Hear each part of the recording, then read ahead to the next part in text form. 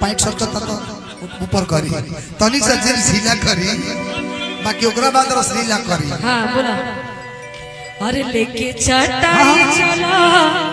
ये कौन चटाई है? पतला वाला है सब तो भेज हाँ कि लेके चटाई चला। अरे छत पर बिछाई खड़ा हो गई खड़ा हो गई। कौन ची रोवा देखिए पगला गिर मत जाओ टप टप पसीना तो का दिक्कत है घर में न बन जा गलत हम थोड़ी बोल रहे हैं कि लेके चटाई चलो अरे छत पर बिछाई काहे ना हो। ये आपका लाइन है कि काहे ऊना होई हमरा के लागी ना यो